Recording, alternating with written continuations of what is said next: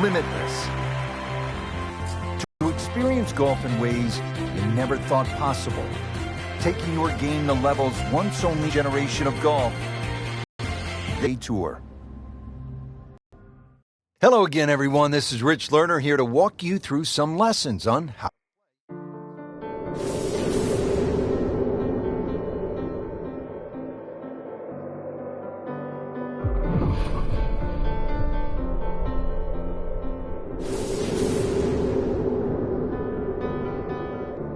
So many historic moments have played out before our eyes in major championships, and today, two of the top players in the world are set to tee off.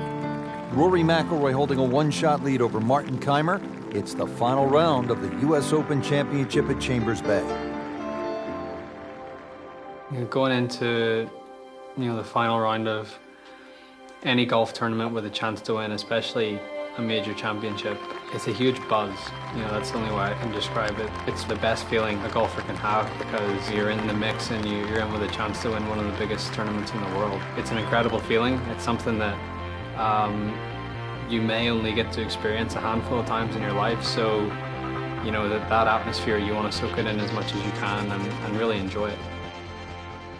Rory McIlroy coming off a strong performance yesterday, now making his way to that first tee box and looking to add another major championship trophy to his already growing collection. And Rich, there's no doubt both golfers will be nervous until they get that very first tee shot under their belt. The first tee shot is probably the most difficult because you've been thinking about that shot since the night before. Once you get that first shot out of the way, you calm down, you're a little more settled, you're not quite as anxious or nervous, and you sort of get into the rhythm of the round. You want to get off to the best start possible, and obviously that starts with that first tee shot. Well, here he is, Rory McIlroy, a past U.S. Open champion, about to tee off on what should be an historic day of golf alongside the beautiful Puget Sound. Frank looked like a nice balanced swing. Well, the free-flowing action that we find synonymous with Rory McIlroy in display, even under the nervousness of an opening tee shot in the final round of the U.S. Open, and just blitzed it down the fairway. That one carried a long way, stayed up in the sky forever. That's in the fairway.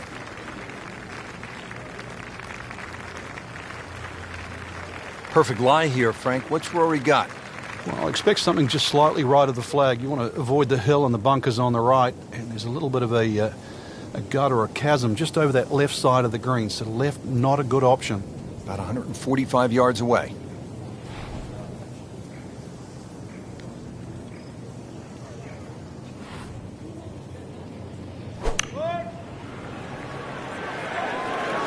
Seems to like it. Looks like it's headed for the green. In feet. So a birdie chance coming up for Rory. Opportunity to put pressure on Kaymer right out of the gate. It's uphill, Rich. It should, if anything, move to the right. Just depends on the speed of this putt, whether it's left edge or outside.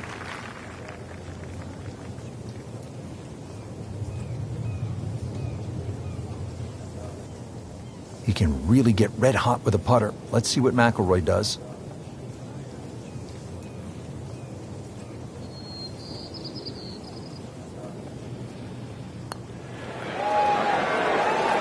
Birdie straight out of the gate. Beautifully done.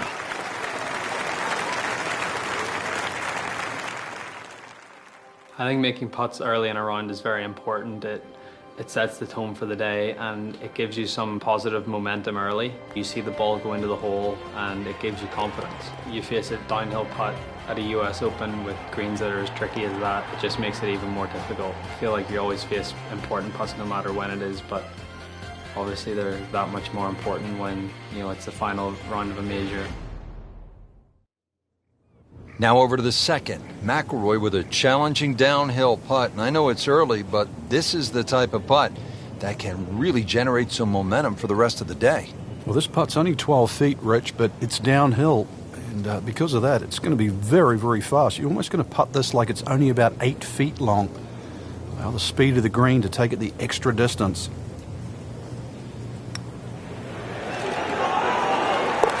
Down at the bottom of the barrel. Good start for Rory McIlroy. Back-to-back birdies.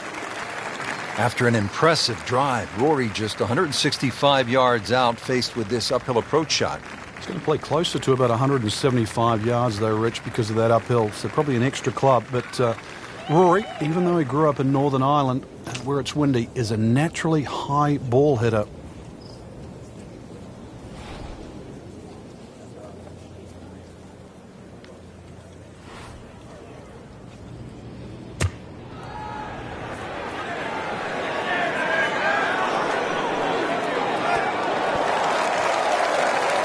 It's a good strike, good swing by McIlroy. No problem finding the putting surface.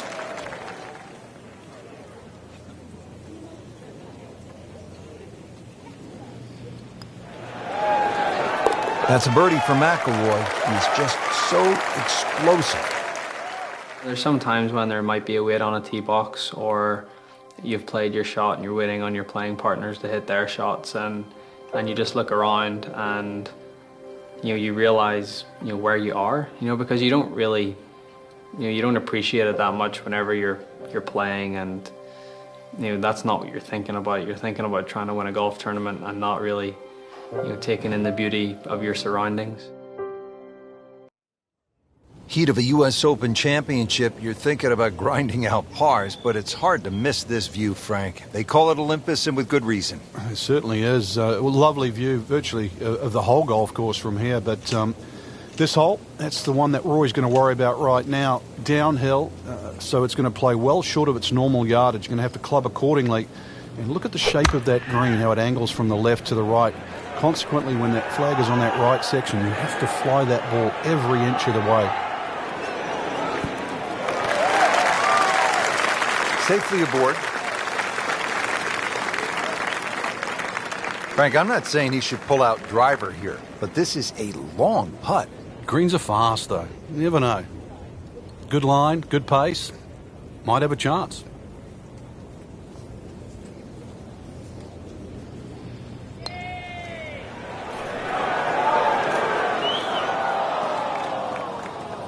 Always two components to the long lag putt, the speed, number one, and then the read, and missed out on that second part.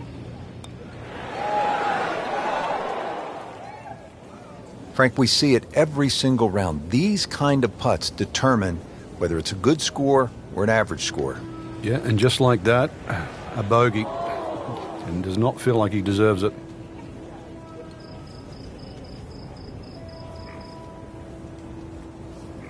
Now McIlroy is the chaser, looking up at Martin Kaymer, and that is no easy task, playing a U.S. Open and chasing the likes of a Martin Kaymer. Plus, pretty difficult shot coming up here at the 15th.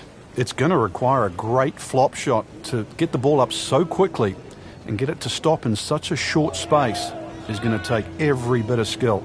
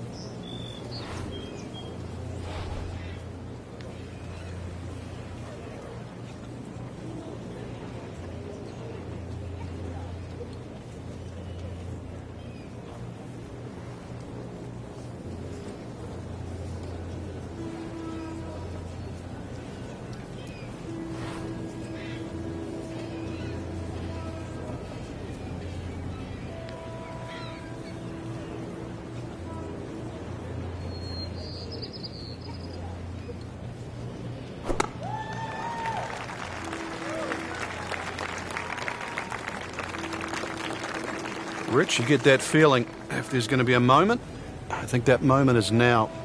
Trying to clean this up, make his par. Par for McIlroy, but you're just waiting for that moment when he hits that accelerator and pulls away. Final few holes to play, especially of a major championship like the U.S. Open. It's what you've worked so hard for. It's what, you've put all those hours of practice in for, and, this is your moment. This is your moment to... There's obviously a lot of pressure, You know, you don't want to let an opportunity like this pass you by. You don't want to let it slip. So to stay really focused, really concentrated, try to take one shot at a time, try and put the result out of your mind, control what you can control.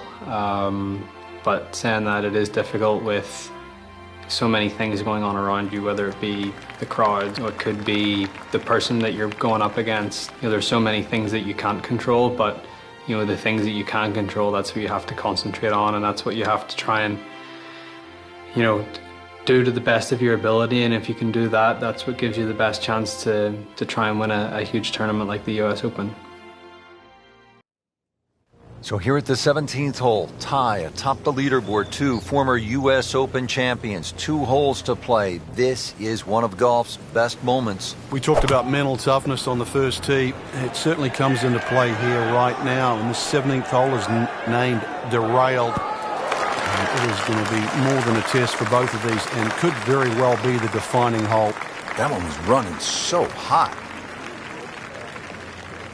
Let's see what McIlroy does now with his second.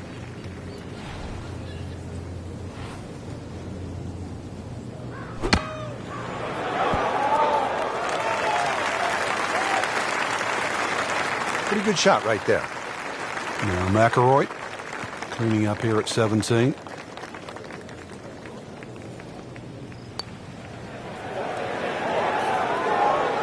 That's just a poor putt right there. No other way to say it. And a drop shot, a bogey at 17. That's a bogey.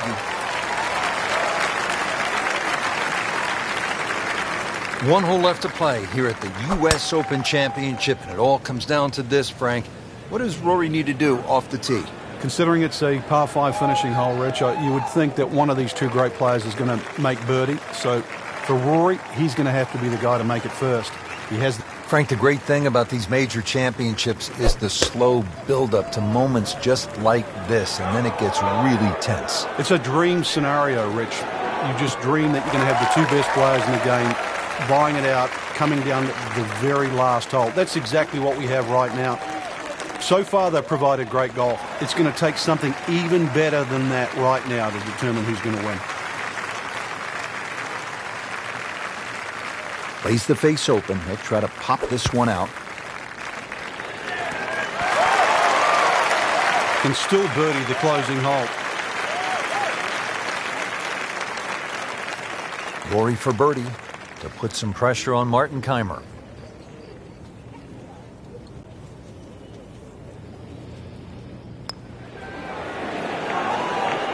Frankie took plenty of time on this birdie putt. He looked at it from 3 different angles. He forgot one very important ingredient. Yeah, pace.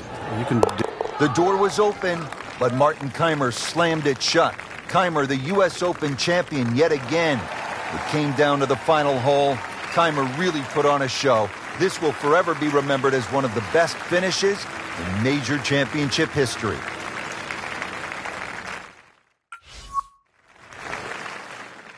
Lose a lead or you lose a major, or you know, it doesn't quite work out the way you had hoped.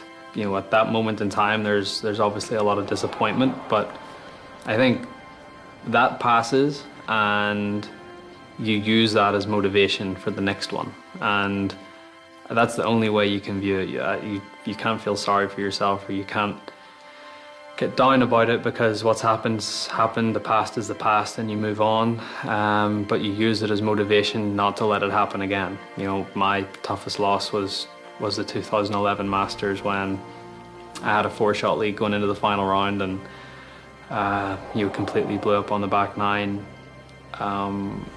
It was a very tough moment for me. It was very disappointing, but I used that as motivation to say to myself, that's not going to happen again. That's not the player I am. That's not the player I want to be. And you know, I used it in a way that 70 days later, I won my first US Open and my first major. So sometimes disappointments can be catalysts for good things to happen in the future, and it's just how you react to it. And I feel like, you know, if you react to your disappointments in the right way, they can be very beneficial.